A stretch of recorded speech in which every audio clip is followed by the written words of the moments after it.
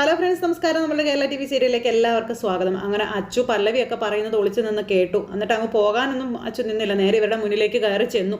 അപ്പം അച്ചു കേട്ടു എന്നുള്ളത് ഇവർ കണ്ടു.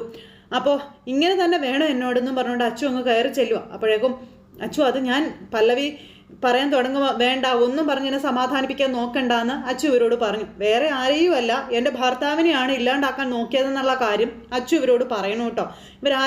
ആകെ നിസ്സഹായരായിട്ട് ഇങ്ങനെ നിൽക്കും. കത്തിക്കാൻ പറഞ്ഞു വിട്ട ആള് ഓട്ടോ മാത്രമല്ല ആളെയും കൂടി കത്തിച്ചു എന്ന് കേട്ടാലും സന്തോഷിക്കത്തേ ഉള്ളെന്ന കാര്യവും അച്ചു ഇങ്ങനെ അവിടെ നിന്ന് പറയുകയാണ്. ഇതൊന്നും കണ്ട് മിണ്ടാതിരിക്കാൻ എന്നെ കിട്ടില്ല ഏട്ടാ, ഞാനത് ചെയ്യില്ല എന്നും ചോദിക്കും, ഞാൻ ചോദിച്ചിരിക്കും. ഇതാണോ രക്തബന്ധുവെന്ന് എനിക്ക് അറിയണമെന്നൊക്കെ അച്ചു ഇങ്ങനെ ഭയങ്കര ഇതായിട്ട് പറയാം. മോളെ ദേ അത് വേണോ? അപ്പോൾ വേണം ഏട്ടാ, അത് വേണം. എൻ്റെ ഭർത്താവിനെയാണ് അവൾ ചുട്ടുകരിക്കാൻ നോക്കിയത്, മിണ്ടാതിരിക്കാൻ എനിക്ക് പറ്റത്തില്ലെന്നും പറഞ്ഞുകൊണ്ട് കട്ടായം പറയുവാണ് നമ്മുടെ അച്ചു. ഇവരാകെ നിസ്സഹായരായിട്ട് നിൽക്കുക. ഞാനും മാധവമേനോൻ്റെ തന്നെ മകളല്ലേ, എനിക്കുമില്ലേ മനസ്സ് എന്ന് പറയുന്ന ഒരു സാധനം? ചോദിച്ചിരിക്കും, ഞാൻ വിട്ടു കൊടുക്കില്ല, ഞാൻ അതെൻ്റെ അവകാശമാണെന്നും പറഞ്ഞ് അതിനെന്നെ തടയാനേ ഒരാളും നോക്കണ്ടെന്നൊക്കെ പറഞ്ഞ് ഭയങ്കരമായിട്ട് ദേഷ്യപ്പെട്ടു. ഞാൻ അതിന് സമ്മതിക്കില്ല എന്നും പറഞ്ഞ് നമ്മുടെ അച്ചു ഒരു പോക്കങ്ങ് പോവുകയാണ്. അച്ചു പോകുമ്പോൾ ഇവർക്ക് ആകെ പേടിയായി, ഇവരാകെ വെപ്രാളം കയറി നിൽക്കുക. വരുന്ന വരവിന് ഋതുവിനെ പിടിച്ച് വലിച്ചുകൊണ്ടാണ് വരുന്നത്. ഇങ്ങോട്ട് വാടി എന്നും പറഞ്ഞ് പിടിച്ച് വലിച്ച് താഴെ ഹോളിലേക്ക് കൊണ്ടുവരും. അമ്മേ എന്നും പറഞ്ഞ് വിളിക്കുന്നുണ്ട്. അപ്പോഴേക്കും അമ്മ വാതിലും തുറന്നു വന്നു. എന്താ ഇവിടെയെന്ന്. അമ്മയുടെ ഫോണിൽ നിന്ന് ക്രിമിനലിനെ വിളിച്ചതും അതുപോലെ പണം അയച്ചു കൊടുത്തതും ആരാണോ നമുക്ക് അറിയണ്ടേ? ദാ നിൽക്കുന്നു ഇവളാ മഹാപാപം ചെയ്തത്, അമ്മയുടെ പുന്നാര മോള് ഋതിക എന്നും പറഞ്ഞുകൊണ്ട് അച്ചു ഇങ്ങനെ കാണിച്ചു കൊടുക്കുമ്പോഴേക്കും പൂർണിമ നടുങ്ങിപ്പോയി. ഋതികയോ? അപ്പൊ ഋതിക ഇങ്ങനെ നിലത്തോട്ട് നോക്കി ഇങ്ങനെ നിൽക്കുക, ഇവരുടെ മുഖത്ത് നോക്കാൻ പറ്റാതെ. ഭാഗ്യം കൂടെയുള്ളത് കൊണ്ട് മാത്രമാണ് ഹരിയുടെ ആയുസിനൊന്നും പറ്റാതിരുന്നതെന്നും തീക്കൊള്ളി കൊണ്ട് തീ ചൊറിഞ്ഞ പൊള്ളുവെന്ന് ഇവൾ അറിയണമെന്ന് നമ്മുടെ അച്ചു ഇങ്ങനെ പറയുന്നു. ഋതിക ഒന്നും മിണ്ടാതിരിക്കുന്നു. അപ്പോൾ ഞാനത് ഇവളെ അറിയിച്ചു കൊടുക്കാൻ വേണ്ടിയിട്ട് അമ്മയുടെ മുന്നിൽ തന്നെ ഞാൻ ഇവളെ കൊണ്ട് നിർത്തിയത്.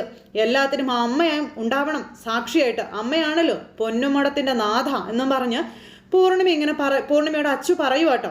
എന്നിട്ട് ദേ നമ്മുടെ അച്ചു ഇവിടെ ചെവിക്കല്ല് തീർത്തൊരു ഒറ്റ ഒരെണ്ണം അങ്ങ് കൊടുത്തു. ഇത് കണ്ട് പൂർണിമ അന്തം വിട്ട് നിൽക്കും. അപ്പോഴത്തേക്കും ബേബി ചേച്ചിയൊക്കെ അങ്ങോട്ടേക്ക് വന്നു. ഋതിക ഒരു അക്ഷരം മിണ്ടുന്നില്ല. അന്ന് നീ എൻ്റെ കല്യാണം മുടക്കാൻ നോക്കി, അത് ഞാൻ ക്ഷമിച്ചു, കാരണം നിഖിലിനെ എനിക്കും വേണ്ടിയിരുന്നില്ല. പക്ഷെ ഇത് ക്ഷമിക്കാൻ എനിക്ക് പറ്റില്ല എന്നും അച്ചു പൂർണിമയുടെ മുന്നിൽ വെച്ച് എല്ലാം വിളിച്ചു പറയാം. ശ്രീഹരിയെ എനിക്ക് പ്രാണന, ഹരിക്ക് എന്തെങ്കിലും പറ്റിയ എനിക്കത് സഹിക്കാൻ പറ്റില്ല എന്ന് അച്ചു ഇവളോട് പറഞ്ഞു. അതിന് കാരണക്കാരാരായാലും എത്ര വലിയവരായാലും ശിക്ഷിച്ചിരിക്കും ഞാനെന്നും അച്ചു പറഞ്ഞിട്ട് വീണ്ടും കൊടുത്തു അവിടെ ചെവിക്കല്ല് തീർത്ത്. മക്കളെ തമ്മിൽ തല്ലുന്നത് കണ്ട് പൂർണിമ നിസ്സഹായമായിട്ട് നിൽക്കും. അപ്പോഴത്തേക്കും സ്വാതി അങ്ങോട്ടേക്ക് വന്നു. സ്വാതി ഇത് കണ്ടുവന്ന് ആകെ വല്ലാതെ നിൽക്കുക കേട്ടോ. കൊടുക്കാണ് ഋതിക്കിട്ട് തലം വിലങ്ങോട്ട് നമ്മുടെ അച്ചു മതി, തല്ലിയത് മതി എന്ന് പൂർണിമ അന്നേരം അച്ചുവിനോട്. സത്യമാണോടി ഇവള് പറയുന്നത്? നീയാണോ ഓട്ടോ കത്തിക്കാൻ അയാളെ ഏർപ്പാടാക്കിയതെന്ന് പൂർണിമ ചോദിക്കുമ്പം ഞാനല്ല എന്ന് പറഞ്ഞു ഋതു. അല്ലേ? അല്ല, ഇനിയും തല്ലും നിന്നെ ഞാൻ, സത്യം പറയടി, തെളിവുണ്ട് എൻ്റെ കയ്യിലെന്നും പറഞ്ഞുകൊണ്ട് നമ്മുടെ അച്ചു ഇങ്ങനെ പറയുമ്പോൾ ഇങ്ങനെ ഇവർ ഭയങ്കര ഇതായിട്ട് ഇങ്ങനെ നിൽക്കുക. എന്ത് തെളിവാണ് നിൻ്റെ കയ്യിലുള്ളത്? ആരെങ്കിലും എന്തെങ്കിലും പറയുന്നത് കേട്ട് പാപം ഇവളെ ക്രൂശിക്കാൻ നിൽക്കരുതെന്ന് പറഞ്ഞു പൂർണിമ. ഈ സമയത്ത് സ്വാതി ഒന്നും മിണ്ടാതെ നിൽക്കുക. ഇവൾ ഒരിക്കലും അങ്ങനെ ഒന്നും ചെയ്യില്ല, എൻ്റെ മക്കൾ ആരും അങ്ങനെ ചെയ്യില്ല എന്ന് പൂർണിമ പറയുമ്പം എന്നാലേ അമ്മയ്ക്ക് തെറ്റി, അമ്മയുടെ വയറ്റിൽ വീണ വിഷവിത്ത ഇവളെന്ന് അച്ചു ഋതികയെ പറ്റി പറയുന്നു. അപ്പൊ അങ്ങനെ പറഞ്ഞപ്പോൾ ഋതികയെ ഇങ്ങനെ തുറച്ചു നോക്കുക പൂർണിമ. വെള്ളവും വളവും വലിച്ചെടുത്ത് ഇവളിപ്പോൾ വലിയ മരമായി വെട്ടിക്കളയണോ അമ്മയെന്നും പറഞ്ഞ് അച്ചു ഇങ്ങനെ പറയുന്നു പൂർണിമയോട്. ഇതൊക്കെ കേട്ട് ഇങ്ങനെ പേടിച്ച് നിൽക്കുവാട്ടെ സ്വാതി. പൊന്നു കായ്ക്കുന്ന മരം വളരുന്നത് പൊന്നുമടത്തിന്റെ മുറ്റത്താണെങ്കിലും വീടിന്റെ മുകളിലേക്ക് ചാഞ്ഞാൽ അത് വെട്ടിക്കളഞ്ഞിരിക്കണമെന്നൊക്കെ അച്ചു പറയുമ്പം മതി സംസാരിച്ചത്, എനിക്ക് തെളിവ് കാണണം, ഇവളാണോ അത് ചെയ്തതെന്ന് എനിക്ക് അറിയണമെന്നും എങ്കിലേ ഞാനത് വിശ്വസിക്കുകയുള്ളൂ എന്നും പൂർണിമ പറയുക. എവിടെയാ തെളിവുള്ളതെന്ന് ചോദിച്ചു. അച്ചു അന്നേരം ഇങ്ങനെ ഒന്നുമല്ലാതെ നിൽക്കുക കേട്ടോ. ആ സമയത്ത് പല്ലവിയൊക്കെ അങ്ങോട്ടേക്ക് വന്നു. പല്ലവി അങ്ങോട്ടേക്ക് തെളിവായിട്ട് വന്നു. അവൻ ഓട്ടോറിക്ഷ ഓടിക്കലാ ജോലി, ആ ഓട്ടോ വണ്ടി നമ്പറും അഡ്വാൻസും ഇപ്പം അയച്ചേക്കാമെന്നും പറഞ്ഞ് വേണ്ടതുപോലെ ചെയ്യണമെന്നും പറഞ്ഞ് ഋതിക പറയുന്നത് നമ്മുടെ പല്ലവി കേൾപ്പിച്ചു കൊടുത്തു. അമ്മേ, ഇവർ തമ്മിലുള്ള വഴക്ക് ഈ നിലയിലേക്ക് വളർന്നു എന്ന് അറിഞ്ഞാൽ അമ്മ അത് ഒരിക്കലും സഹിക്കില്ലെന്ന് കരുതിയത് കൊണ്ടാണ് ഒന്നും അമ്മയെ അറിയിക്കാതെ എല്ലാം രഹസ്യമായിട്ട് വെക്കാൻ തീരുമാനിച്ചതെന്ന് പല്ലവി പൂർണിമയോട് പറയുന്നു. ഋതികയെ പൂട്ടി, തെളിവ് സഹിതം പൂട്ടി. ഈ സമയം പക്ഷേ ദൈവം അതിന് സമ്മതിച്ചില്ലെന്നും ആരൊക്കെയാണോ അറിയരുത് എന്ന് ഞങ്ങൾ ആഗ്രഹിച്ചത് അവരെല്ലാം ഇത് അറിഞ്ഞു എന്ന് പല്ലവി പൂർണിമയോട് പറയാം. ഹൃതിക ഇങ്ങനെ തല കുനിച്ചിങ്ങനെ നിൽക്കുക കേട്ടോ. ആ സമയത്തും ആരുടെ മുഖത്ത് പോലും നോക്കാതെ നമ്മളൊക്കെ ഊഹിക്കുന്നതിനും അപ്പുറത്തോടെയാണ് അമ്മയുടെ ഈ മകള് സഞ്ചരിച്ചു കൊണ്ടിരിക്കുന്നതെന്ന കാര്യം പല്ലവി പൂർണിമയോട് പറയുവാണ്. അപ്പോൾ അത് നിയന്ത്രിക്കാൻ, നിലയ്ക്ക് നിർത്താൻ അതിന് അമ്മയ്ക്ക് മാത്രമേ പറ്റുകയുള്ളൂ എന്ന കാര്യവും പൂർണിമയോട് പല്ലവി പറഞ്ഞു കൊടുക്കുക. പൂർണിമ അന്നേരം ഹൃതികയെ ഒരു നോട്ടം നോക്കിയിട്ട് ഹൃതികയുടെ അടുത്തേക്ക് ചെന്നില്ലേ, ചെന്ന് അവക്കടെ ചെവിക്കല്ല് നോക്കി അമ്മയും കൊടുത്തു. കിട്ടാവുന്നതിൻ്റെ മാക്സിമം ഹൃതികയുടെ കിട്ടി. എന്നെയും കൂടെ ചതിക്കാൻ നോക്കിയില്ലടി നീ എന്ന് ചോദിക്കുമ്പോൾ അമ്മയെന്നും പറഞ്ഞു വിളിച്ചു. മോള് കാണണ്ട, എനിക്ക് നിന്നെ കൺമുന്നിൽ നിന്ന് പോകാൻ പറഞ്ഞു. അങ്ങനെ എങ്ങനെ വന്ന് ജനിച്ചടി നീ എൻ്റെ മോളായിട്ടെന്നൊക്കെ ചോദിച്ച് പൂർണിമ ഭയങ്കരമായിട്ട് ഇതാക്കി പറയുക. നമ്മുടെ അച്ഛനെ പോലും നീ ഓർത്തില്ലല്ലോടി എന്നൊക്കെ പറഞ്ഞ് ഭയങ്കര ഇത്. അപ്പോൾ സേതുവൊക്കെ ഭയങ്കര വിഷമിച്ച് ഇങ്ങനെ അവിടെ നിൽക്കുവാണ്. പൂർണിമ അവിടെ നിന്ന് വാ വിട്ട് കരയുക മകളുടെ ഈ ചെയ്തികൾ ഓർത്തിട്ട്. ഈ സമയം അമ്മ കരയരുതെന്നും ഋതുവിനൊരു അബദ്ധം പറ്റിയതാണെന്നും അത് ക്ഷമിക്കണമെന്നും പല്ലവി പറയുക. ഇത്തവണത്തേക്ക് കൂടി എല്ലാവരും അതൊന്ന് ക്ഷമിക്കണമെന്നും പല്ലവി ഇങ്ങനെ പറഞ്ഞു കേട്ടോ. ഇനി ഒരിക്കലും അവളിങ്ങനെ ഒരു തെറ്റ് ചെയ്യില്ല എന്നും പറഞ്ഞുകൊണ്ട് പല്ലവി ധൈര്യം കൊടുക്കുക. അവൾക്ക് ഇപ്പം നല്ല കുറ്റബോധമുണ്ട് ചെയ്തു പോയതിൽ. നന്നാവാൻ ഏതൊരാളെയും പോലെ ഋതുവിനും ഒരു അവസരം കൂടി അമ്മ കൊടുക്കണം അമ്മയെന്നൊക്കെ പറഞ്ഞപ്പോൾ വേണ്ട, എനിക്കും എന്നോട് ആരും ഒരു ദൈവം കാണിക്കണ്ടെന്നും പറഞ്ഞുകൊണ്ട് ഋതുക്ക് അന്നേരം വലിയ ഡയലോഗ്. കത്തിക്കാൻ ഞാൻ ആവശ്യപ്പെട്ടിട്ടില്ല എന്ന് വോയിസ് കേട്ടാൽ നിങ്ങൾക്ക് മനസ്സിലാവില്ലേ എന്ന് ചോദിച്ചു. ഞാൻ പറയാത്ത കാര്യമാണ് അയാൾ ചെയ്തതെന്ന് ഋതുക്ക് അന്നേരം പറഞ്ഞു. ഇതൊക്കെ കേട്ട് എല്ലാവരും ഒന്നും മിണ്ടാതെ ഇങ്ങനെ നിൽക്കുക. എന്നാലും തെറ്റ് തന്നെയാണെന്നും എൻ്റെ മാത്രം തെറ്റാണതെന്നും അത് എനിക്ക് മനസ്സിലാകുമെന്നും ഋതിക്ക് അവിടെ നിന്ന് പറയുന്നു. അതിനുള്ള ശിക്ഷ അതെന്താണെന്ന് എനിക്ക് അറിയാമെന്നും പറഞ്ഞ് അത് ഞാൻ നടപ്പിലാക്കാൻ പോവുകയാണെന്നും പറഞ്ഞുകൊണ്ട് ഋതിക വലിയ ഡയലോഗുകൾ ഇറക്കും. അപ്പോൾ എല്ലാവരും ഇങ്ങനെ ഋതികയെ തന്നെ നോക്കി നിൽക്കുക. അല്ലെങ്കിലും മതിയായി, എനിക്ക് ഇങ്ങനെ ഒരു വീട്ടിൽ ജീവിച്ച് എനിക്ക് മതിയായി എന്നൊക്കെ പറഞ്ഞുകൊണ്ട് ഋതിക ഭയങ്കര ഡയലോഗുകൾ ഇറക്കിക്കൊണ്ടേ ഇരിക്കുന്നു. എന്നിട്ട് ഇനി താനിവിടെ ജീവിക്കില്ലെന്ന് പറഞ്ഞ് മുറിയിൽ കയറി അടുക്കളയിലേക്ക് ഓടി, അടുക്കളയിൽ കയറി വാതിലടച്ചു. എല്ലാവരും കൂടെ ഓടി ചെന്ന് വാതിൽ കൊട്ടി വിളിയാ. ഋതികയാണെങ്കിൽ എന്താ ചെയ്യുന്നതെന്ന് ഓർത്ത് ഇവർക്ക് എല്ലാവർക്കും പേടിയാ. ഋതികയാണെങ്കിൽ ഭയങ്കര ഇത്. അപ്പോൾ ഋതിക ഇങ്ങനെ അതിലെല്ലാം നോക്കി. അപ്പോൾ കത്തി അവിടെ ഇരിക്കുന്നത് കണ്ടു. ആ കത്തി എടുത്ത് ഋതിക കൈഞ്ഞരമ്പ് മുറിക്കാനായിട്ട് നോക്കുമ്പോഴത്തേക്ക് നമ്മുടെ സേതു ഇടിച്ചങ്ങ് കയറി ചെന്ന് വാതിൽ തല്ലി പൊളിച്ച്. അപ്പോൾ എന്തു ഭ്രാന്താടി നീ കാണിക്കുന്നതെന്ന് ചോദിച്ചുകൊണ്ട് കത്തിയൊക്കെ തട്ടി തെറിപ്പിച്ച്. അപ്പോൾ മതി, എനിക്കിനി ജീവിക്കണ്ടെന്ന് പറഞ്ഞുകൊണ്ട് ഋതിക ഇങ്ങനെ പറയുക. എല്ലാവരുടെയും മുന്നിൽ ഞാൻ മോശക്കാരി ആയില്ലേ, എനിക്കിനി മരിച്ചാൽ മതിയെന്നും പറഞ്ഞുകൊണ്ട് ഋതുക്ക് അവിടെ കിടന്ന് ഭയങ്കര ഷോ ഇറക്കുക. അപ്പം അതാണ് ഋതു പരിഹാരം എന്ന് പല്ലവി ചോദിച്ചപ്പം അതെ അതാണ് പരിഹാരമെന്നും പറഞ്ഞുകൊണ്ട് ഋതുക്ക് അവിടെ കിടന്ന് ഷൗട്ട് ചെയ്യുക. നിങ്ങൾക്കാർക്കും പറഞ്ഞാൽ എൻ്റെ പ്രയാസം മനസ്സിലാവില്ല എന്നും പറഞ്ഞ ഋതുക തൻ്റെ ഉള്ളിലുള്ള ആ പ്രയാസങ്ങളൊക്കെ ഇവരുടെ മുന്നിൽ പറയാം. ഓട്ടോ കത്തിക്കാൻ ഞാൻ ആരോടും പറഞ്ഞിട്ടില്ലെന്നൊക്കെ പറഞ്ഞു ഭയങ്കര കരച്ചിൽ. ദേ അപ്പോൾ അച്ചുവും ഈ നിൽക്കുന്ന സേതുവും ശ്രീഹരിയും കാരണം ഞാൻ അനുഭവിക്കുന്ന ചീത്തപ്പേര് അല്ലെങ്കിൽ ആ ഒരു അപമാനം എത്രത്തോളം ആണെന്ന് നിങ്ങൾക്കറിയാമോ എന്നും ചോദിച്ചുകൊണ്ട് ഋതു ഇങ്ങനെ ഇവരോട് പറയുക. അതാർക്കും പറഞ്ഞാൽ മനസ്സിലാവില്ല, അതാർക്കും അറിയണ്ട, ഞാൻ ചെയ്തത് മാത്രമാണ് തെറ്റെന്നും പറഞ്ഞുകൊണ്ട് ഋതു. അമ്മയും ഇപ്പം എൻ്റെ കൂടെ ഇല്ലെന്നൊക്കെ പറഞ്ഞു ഭയങ്കരമായിട്ട് പറയാം. ആരും എനിക്കില്ല, ആരും എൻ്റെ കൂടെ ഇല്ല, ഇങ്ങനെയൊന്നും അല്ല ഞാൻ സ്വപ്നം കണ്ട ജീവിതമെന്നും പറഞ്ഞ് തൻ്റെ ഉള്ളിൽ വീട്ടിലെ ആ ഒരു സന്തോഷത്തെ പറ്റിയൊക്കെ വിളിച്ച് പറയാം. എന്ന് അച്ഛൻ മരിച്ചോ അന്ന് തുടങ്ങി ഈ വീട് നശിക്കാൻ, ഈ വീടിൻ്റെ എല്ലാം നശിപ്പിച്ചെന്നൊക്കെ പറഞ്ഞ ഋതു ഇങ്ങനെ പറയാം. അതെല്ലാം സേതുവിൻ്റെ തലയിലാണ് വെച്ച് കൊടുക്കുന്നത്. അപ്പോൾ എനിക്ക് ജീവിക്കേണ്ടെന്ന് പറഞ്ഞ് വീണ്ടും പോകുമ്പോൾ മോളെന്നും പറഞ്ഞ് സേതു വിളിക്കുന്നുണ്ട്. പല്ലവി പിടിച്ച് നിർത്തി. എന്താ നീ കാണിക്കുന്നത്? നിനക്ക് നല്ല ധൈര്യം ഉണ്ടെന്നാണ് ഞങ്ങളൊക്കെ കരുതിയത്, ഇത്രയ്ക്ക് പാവമായിരുന്നു നീ എന്ന് പല്ലവി ഋതുവിനോട് ചോദിക്കുന്നു.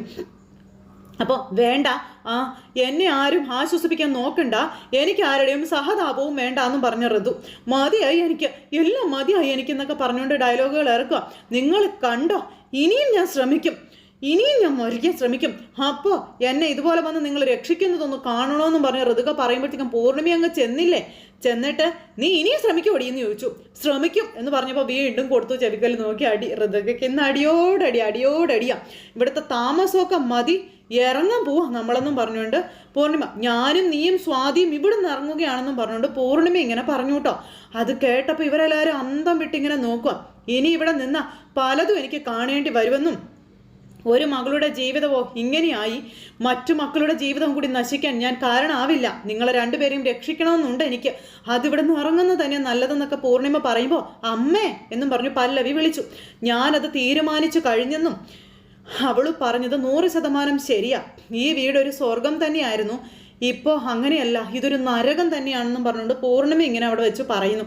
ഇത് കേട്ട് കഴിഞ്ഞപ്പോൾ നമ്മുടെ സേതു ആകെ വല്ലാണ്ടായിട്ടോ. അതുപോലെ തന്നെ ഹരിയും അച്ചുവും ഒക്കെ സങ്കടത്തിൽ ഇങ്ങനെ നിൽക്കുക. ബേബി ചേച്ചിക്കും ഭയങ്കര സങ്കടം. ഒരമ്മ എന്നുള്ള നിലയിൽ എനിക്ക് എൻ്റെ മക്കളുടെ നന്മയാണ് വലുത്, അവരുടെ സന്തോഷം, അവരുടെ ജീവനാണ് എനിക്ക് വലുത്. ഈ വീട്ടിൽ നിന്നാ എൻ്റെ 2 മക്കൾക്കും അത് കിട്ടില്ല എന്നും പറഞ്ഞുകൊണ്ട് പൂർണ്ണിമ ഡയലോഗുകൾ ഇങ്ങനെ ആ വകുപ്പിൽ ഇറക്കുന്നു. ഇതൊക്കെ കേട്ട് സേതു ഇങ്ങനെ വല്ലാതായിട്ട് നിൽക്കുക. പൂർണ്ണിമ ഇറങ്ങുമെന്നുള്ള തീരുമാനം. അപ്പോൾ ഞാനാണോ ഇതിനൊക്കെ കാരണമെന്ന് സേതു ചോദിക്കുമ്പോൾ ആരെയും ഇതിൻ്റെ പേരിൽ കുറ്റപ്പെടുത്താൻ ഞാൻ തയ്യാറല്ല, എൻ്റെ വിധിയായിട്ടാണ് ഞാൻ അതിനെ കാണുന്നത്, അത് മാറ്റാൻ ആർക്കും പറ്റില്ലല്ലോ എന്നും പറഞ്ഞുകൊണ്ട് ഇങ്ങനെ പൂർണ്ണിമ പറഞ്ഞു കേട്ടോ. അപ്പോൾ പൂർണ്ണിമ അത് പറഞ്ഞിട്ട് ഒരു തവണ ജീവിതത്തിൽ ഞാൻ തോറ്റുപോയി, മൂത്ത മകൾ എന്നെ തോൽപ്പിച്ച് കളഞ്ഞു, ഇനിയും തോൽക്കാൻ ഈ പൂർണ്ണിമ തയ്യാറല്ലെന്നൊക്കെ പറഞ്ഞു. അപ്പോൾ ഇനി നിങ്ങൾക്കിവിടെ സന്തോഷമായിട്ട് ജീവിക്കണമെങ്കിൽ ഞങ്ങളാണ് നിങ്ങൾക്ക് തടസ്സം, ഞങ്ങളിവിടെ ഇല്ലാതിരിക്കുന്നതാണ് നല്ലതെന്നും പറഞ്ഞു പൂർണ്ണിമ ഇങ്ങനെ പറയുക. എല്ലാവരും ആകെ ധർമ്മസങ്കടത്തിൽ ഇങ്ങനെ നിൽക്കുക. അപ്പോൾ പൂർണ്ണിമ ഇത് പറയുമ്പോൾ അമ്മയല്ലേ ഞങ്ങളുടെ സന്തോഷം ഒന്ന് സേതു ചോദിച്ചു. അമ്മ ഇവിടെ ഇല്ലാതെ എങ്ങനെയാ അമ്മ ഈ വീട് എന്ന് സേതു ചോദിക്കുമ്പോൾ അതൊന്നും എനിക്കറിയണ്ട, നീ ആ വാതിൽ തള്ളി തുറന്നില്ലായിരുന്നെങ്കിൽ എന്ത് സംഭവിക്കുമായിരുന്നു എന്ന് നിനക്കറിയില്ലേ എന്ന് സേതുവിനോട് പൂർണ്ണിമ ചോദിക്കുവാണ്. ഹൃദയ അന്നേരം എന്തെങ്കിലുമൊക്കെ നടക്കണമെന്ന് ആഗ്രഹിച്ച് അവിടെ നിൽക്കുന്നത്.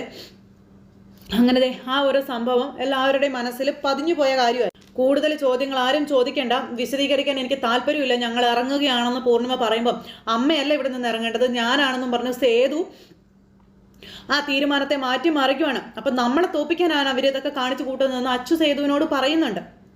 അപ്പോൾ സേതു ആ തീരുമാനം എടുക്കുന്നു. അങ്ങനെ സേതു പൊന്നുമടത്തിൻ്റെ പടി ഇറങ്ങാൻ തീരുമാനിക്കുവാണ്. ഞാനിവിടെ നിന്ന് ഇറങ്ങിയാൽ അമ്മ ഒരിക്കലും ഇവിടുന്ന് പോകില്ല, അമ്മയെ ഈ പൊന്നുമടത്തിൽ നിന്ന് ഇറക്കിവിടാൻ ഞാൻ ജീവിച്ചിരിക്കുമ്പോൾ സമ്മതിക്കില്ല, എനിക്കറിയാം എന്താ ചെയ്യേണ്ടതെന്ന് പറഞ്ഞുകൊണ്ട് സേതു അവിടെ നിന്ന് പോണു. പൂർണ്ണിമയും മക്കളും പെട്ടി പാക്ക് ചെയ്ത് ഇറങ്ങുമ്പോൾ ഇവർ ചെല്ലുന്നുണ്ട് പോകരുതെന്നും പറഞ്ഞു പല്ലവിയൊക്കെ. പക്ഷെ പോകുമെന്നുള്ള തീരുമാനത്തിൽ പൂർണ്ണിമ ഇവിടെ നിൽക്കുക. അപ്പോൾ എൻ്റെ തീരുമാനത്തിന് ഒരു മാറ്റവും ഇല്ലെന്നും ഞാൻ പോകുമെന്നും പറഞ്ഞു പൂർണ്ണിമ. അതാണ് നിങ്ങൾക്കും നല്ലതെന്നും പറഞ്ഞു പൂർണ്ണിമ ഇങ്ങനെ നിൽക്കുന്നു അവിടെ. ആ സമയത്ത് അങ്ങോട്ടേക്ക് ഒരു പേപ്പർ എഴുതാനായിട്ട് നമ്മുടെ ബേബി ചേച്ചി വന്നു. പോവണ്ട, ആരും പോവണ്ട എന്നും പറഞ്ഞു. അപ്പോൾ ബേബി ചേച്ചി അത് പേപ്പറുമായിട്ട് വരുമ്പോൾ ഇവരെല്ലാവരും ഇങ്ങനെ അന്തം വിട്ട് നോക്കുക. കൊണ്ടുവന്ന് ഇവരുടെ കയ്യിലേക്ക് കൊടുത്തു. പോവണ്ട ആൾ ഇവിടുന്ന് പോയി കഴിഞ്ഞു. ആ ആൾ വന്നപ്പോഴാണല്ലോ ഇവിടെ പ്രശ്നങ്ങൾ തുടങ്ങിയത്. ആ ആൾ പോയി. അപ്പോൾ പിന്നെ ആ ആളിന് നിങ്ങളെ ശല്യം ചെയ്യാൻ ഇവിടെ ഉണ്ടാവില്ല എന്നും പറഞ്ഞ് നിൽക്കുന്നു ബേബി ചേച്ചി. അത് പെട്ടെന്ന് പല്ലവി തട്ടിപ്പറിച്ചു മേടിച്ചു. പല്ലവി മേടിച്ച് അത് വായിച്ചു നോക്കുക. എത്രയും പ്രിയപ്പെട്ട അമ്മയ്ക്ക് ഇതാന്നും പറഞ്ഞ് അത് പൂർണ്ണിമയുടെ കയ്യിലേക്ക് കൊടുത്തു. അപ്പോൾ സേതു പോവുകയാണെന്നുള്ള കാര്യം എഴുതുവാണ്. പൊന്നുമടത്തെ പൊന്നുമടമായി നിലനിർത്തുക, അതാണ് വിൽപത്രത്തിലൂടെ അച്ഛൻ എന്നോട് ആവശ്യപ്പെട്ടത്. ഇത്രയും കാലം ഞാൻ ശ്രമിച്ചതും അതിനൊക്കെ വേണ്ടി തന്നെ ആയിരുന്നുവെന്നും, പക്ഷേ ഇപ്പോൾ ഞാൻ അമ്മ ഋതുവിനെയും സ്വാതിയെയും വിളിച്ച് ഇവിടെ നിന്ന് ഇറങ്ങിപ്പോകുമ്പോൾ എല്ലാ ശ്രമങ്ങളും പാഴായി പോകുന്നു എന്ന് ഞാൻ തിരിച്ചറിയുകയാണ്. അതുകൊണ്ട് തന്നെ ഇനി പൊന്നുമടത്തിൽ നിൽക്കാൻ ഞാൻ അവകാശിയല്ലെന്നും അതിനുള്ള അധികാരം എനിക്കില്ലെന്നും പറഞ്ഞ് നമ്മുടെ സേതു ഇങ്ങനെ അവിടെ നിന്ന് പോവുക. അപ്പോൾ ഞാൻ പോവുകയാണമ്മേ, ഞാൻ വന്നത് എന്തിനോ ആ ലക്ഷ്യം നിറവേറ്റാൻ എനിക്ക് പറ്റിയില്ല. അപ്പോൾ എന്നോട് അമ്മ ക്ഷമിക്കണം. ഇനി ഞാൻ ഈ ഒരു ഇതിൽ തോറ്റാൽ ജീവിതത്തിൽ തോറ്റുപോകുന്നത് മാധവ മേനോനാണെന്നും ആ അച്ഛനെ തോൽപ്പിക്കാൻ ഈ ഞാനില്ലെന്നും പറഞ്ഞോടെ നമ്മുടെ സേതു അവിടെ നിന്ന് ഇറങ്ങുവാണ്. അപ്പോൾ പലതും സഹിക്കാൻ പറ്റുന്നില്ലമ്മേ, മാധവ മേനോൻ എന്നും ജയിച്ചിട്ടേ ഉള്ളൂ, ഇപ്പോഴും അങ്ങനെ തന്നെ ആവണം, അതാണ് വേണ്ടത്. അതിനുവേണ്ടി അമ്മ ഉണ്ടാവണം പൊന്നുമടത്തിൽ. ഞാനല്ല, അമ്മയാണ് ഇവിടെ വേണ്ടത്. അപ്പോൾ ഞാനിവിടെ ഇല്ലെങ്കിലും എൻ്റെ സാന്നിധ്യം ഏതാവശ്യത്തിനും ഉണ്ടാകും. ഞാൻ കാരണം നിങ്ങൾ എങ്ങോട്ടും പോവണ്ടെന്ന് പറഞ്ഞ് നമ്മുടെ സേതു കുറിപ്പ് എഴുതി വെച്ചിട്ട് പോകും. പല്ലവിയൊക്കെ വാവിട്ട് കരയുവാണ്. സേതു അവിടെ നിന്ന് ഇറങ്ങിപ്പോണു. കരഞ്ഞുകൊണ്ട് ആ പടി ഇറങ്ങിപ്പോകുന്നത്. സ്വാതിക്കും അതുപോലെ ഋതികയ്ക്ക് ഏതായാലും സന്തോഷമായി കാണും. അപ്പോൾ ഞാൻ എൻ്റെ കൈകളിലേക്ക് വെച്ച് തന്നതെല്ലാം അമ്മയെ തന്നെ തിരിച്ചേൽപ്പിക്കുകയാണെന്നും പറഞ്ഞ് ആ ഒരു കുറിപ്പും പൂർത്തിയാക്കി നമ്മുടെ സേതു പൊന്നുമടത്തിൽ നിന്ന് എന്നേക്കുമായി പടിയിറങ്ങുന്നു. ഇനി പിന്നാലെ പല്ലവിയും പോകാനുള്ള സാധ്യതകളൊക്കെ ഉണ്ട്. എല്ലാവരും പോയി കഴിയുമ്പോൾ ഇവരുടെ ജീവിതം എന്താകുന്നു ദൈവത്തിന് മാത്രം അറിയാം. അപ്പോൾ അങ്ങനെയൊക്കെയുള്ളൊരു സിറ്റുവേഷനും കാര്യങ്ങളൊക്കെ കാണിച്ചുകൊണ്ടാട്ടോ ഇന്നത്തെ നമ്മുടെ കഥ അവസാനിച്ചിട്ടുള്ളത്. അപ്പോൾ എല്ലാവരും കാത്തിരുന്ന് കാണണേ. എല്ലാവർക്കും നല്ലൊരു ദിവസം ആശംസിക്കുന്നു. എല്ലാവരുടെയും സപ്പോർട്ടിനും സ്നേഹത്തിനും ഒരുപാട് നന്ദിയും അറിയിക്കുന്നു. അടുത്ത സൂപ്പർ ഹിറ്റ് കഥകളുമായി കാണുന്നത് വരെ എല്ലാവർക്കും നന്ദി. Take care, bye bye, Tata.